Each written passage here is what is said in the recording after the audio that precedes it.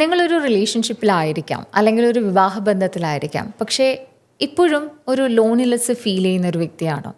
ചിലപ്പോൾ ആ ബന്ധത്തിലായിരിക്കുമ്പോൾ നിങ്ങൾ വലിയ ഫൈറ്റിംഗ് ഒന്നും ഉണ്ടാവില്ലായിരിക്കാം. ആ ബന്ധം വേർപിരിഞ്ഞിട്ടും ഉണ്ടാവില്ല. പക്ഷേ എപ്പോഴും ആ വ്യക്തി നിങ്ങളുടെ കൂടെ ഉണ്ടാവാം.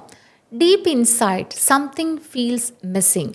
എന്തോ ഒന്നും എനിക്കില്ല എന്നുള്ള എപ്പോഴും ഉള്ളൊരു തോന്നൽ.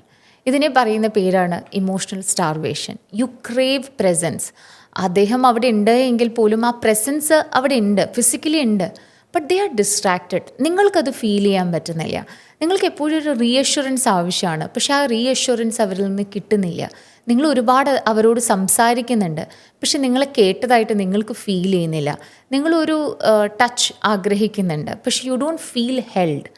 ഇമോഷണൽ സ്റ്റാർവേഷൻ ഉണ്ടാകുന്നത് നമ്മുടേതായിട്ടുള്ള ഒരു കോർ നീഡ്സ്, നമുക്കൊരു അഫെക്ഷൻ ചെയ്യാനും അല്ലെങ്കിൽ എമ്പത്തി കാണിക്കാനും ഇമോഷണൽ കണക്ഷൻസും ഒക്കെ വേണ്ടിയിട്ടുള്ള ഇത്തരം നീഡ്സ് മീറ്റ് ചെയ്യാണ്ട് പോകുമ്പോൾ, ഫിസിക്കലി ഒരാൾ നമ്മുടെ കൂടെ ഉണ്ട് എങ്കിൽ പോലും ഇത്തരം നീഡ്സ് ഒന്നും മീറ്റ് ചെയ്തില്ല എങ്കിൽ നമുക്ക് ഫീൽ ചെയ്യുന്ന ഒന്നാണ് ഈ ഇമോഷണൽ സ്റ്റാർവേഷൻ എന്ന് പറയുന്നത്.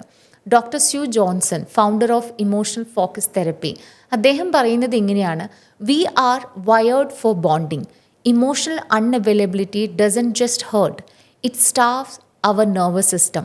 നമുക്കിങ്ങനെ ഭക്ഷണം കഴിക്കാനായിട്ട് ഇങ്ങനെയൊക്കെ വിശക്കുന്നത് പോലെ, അല്ലെങ്കിൽ ദാഹിക്കുമ്പോൾ നമ്മൾ വെള്ളം കുടിക്കുന്നതൊക്കെ പോലെ, നമ്മളൊരു റിലേഷൻഷിപ്പിലായിരിക്കുമ്പോൾ സ്നേഹത്തിന് വേണ്ടിയിട്ടും ബോണ്ടിന് വേണ്ടിയിട്ടും ഒന്ന് സംസാരിക്കാനായിട്ടും നമ്മുടെ നെർവസ് സിസ്റ്റം ഇങ്ങനെ ദാഹിക്കുന്നു എന്നുള്ളതാണ്.